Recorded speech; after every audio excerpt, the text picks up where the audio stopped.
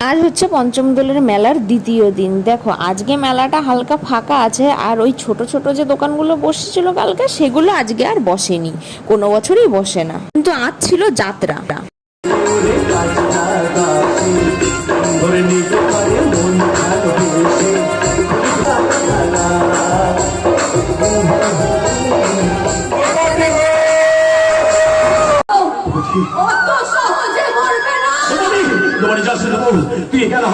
দেখো যদিও আমি পুরোটা দেখিনি, তবুও যাত্রাটা নাকি খুবই ভালো হয়েছিল।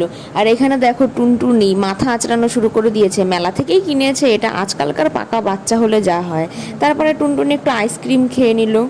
মেলার প্রথম দিন তো প্রচুর ভিড় হয়, তা তোমরা ভিডিওতে দেখেছোই। এটা হচ্ছে দ্বিতীয় দিন, সব যাত্রাপালার ভিড়, সবাই যাত্রা দেখতে এসেছে। আমাদের পঞ্চম দোলের মেলা একদম সুপার হিট, কিন্তু ভাবলেই কেমন লাগছে আজকেই শেষ হয়ে যাবে, আবার 1 বছর অপেক্ষা করতে হবে এই আনন্দ উৎসবের জন্য।